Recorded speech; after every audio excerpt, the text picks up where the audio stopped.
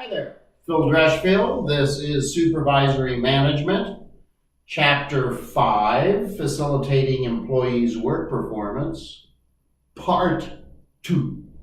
All right, where did we leave off yesterday? We were talking about different ways of coaching employees, and now I want to move on to resolving employee conflicts. Okay? Conflict resolution encourages finding solutions before more serious procedures become needed, okay?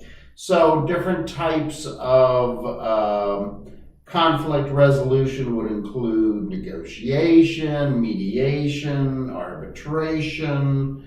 The idea here is to identify the concerns of the employee, to determine what are truly the facts, and then develop and communicate the resolution, okay? You always have to document the agreement as well and always do a follow-up.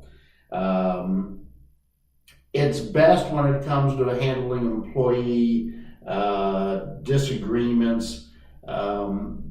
You'll find most of them have a root of what I would call a personality clash. So as a manager, you are partially a psychologist as well, but when it comes to conflict resolution, it's just best to identify the concerns, determine what the true facts are, and then develop and communicate some sort of a resolution before things get further out of hand. Okay, so let's move from there on to managing change, okay? Most employees will resist change because they don't want to learn anything new, or perhaps they're fearful of closer supervision during a period of change, okay? The best way around that is to use what's known as a participative management style, basically informing all employees about any changes that will affect them individually or together. You know, managers must be the change agents and recognize each change improves the operation's standard operating procedures, theoretically. So think about that. You know, as a manager, you are an instrument of change.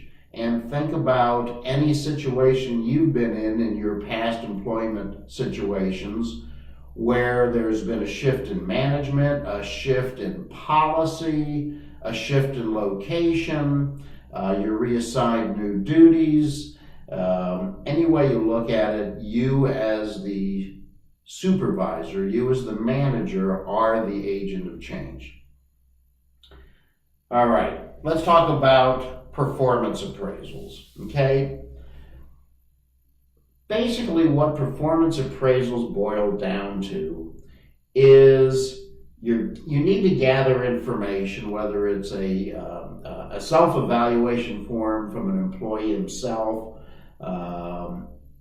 but during a performance evaluation, you as a supervisor, you as a manager are basically going to discuss an employee's performance goals. They're going to review issues, talk about development, and document how the employee's performance works with or near standard operating procedures, okay?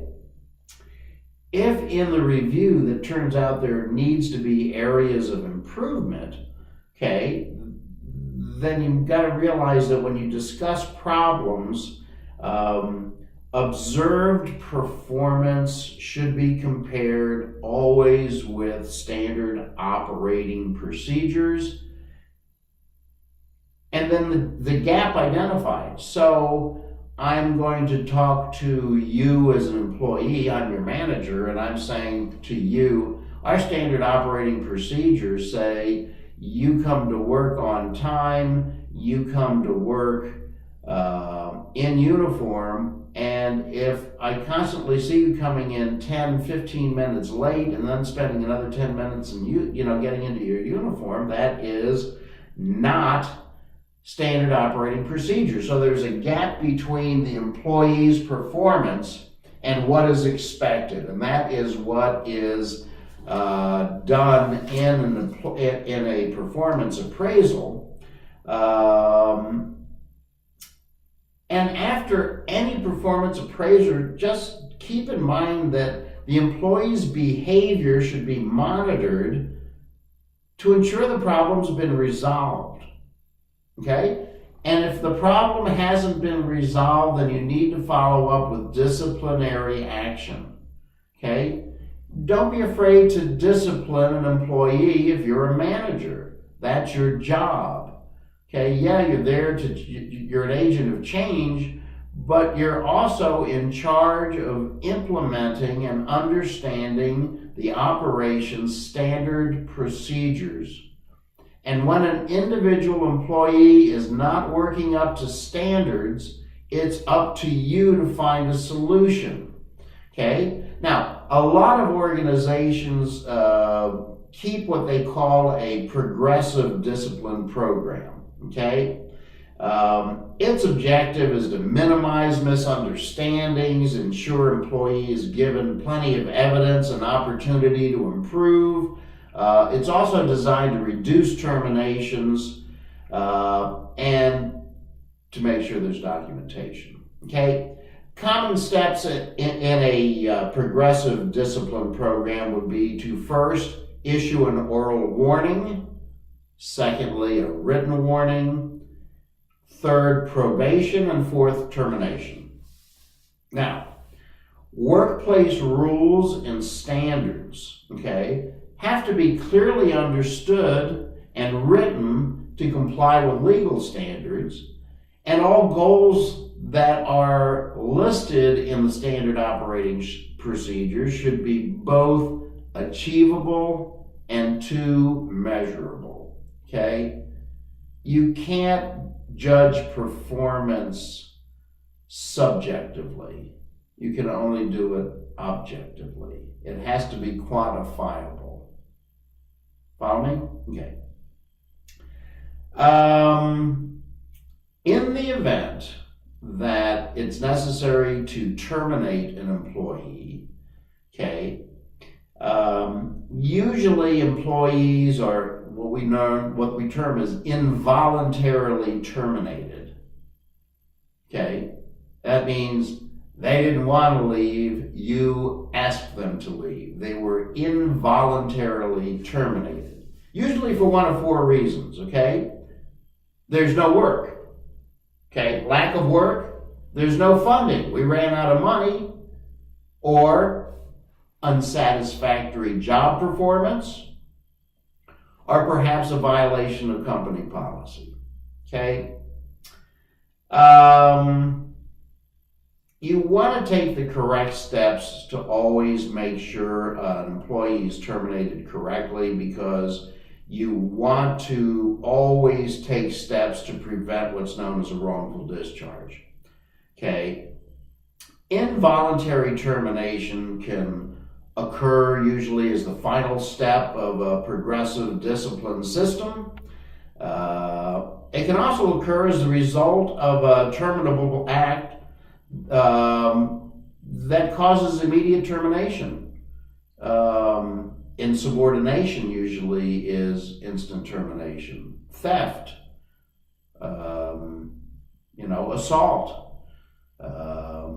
Some of those things, if you're in a front of the house situation, if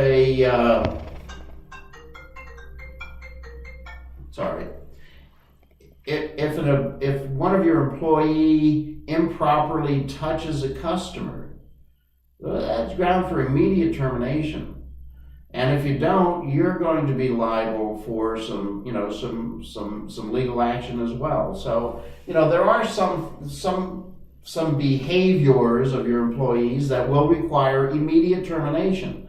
Again, it should be clearly, all work rules and standards should be clearly written and available to all employees, usually in the form of a handbook of some sort.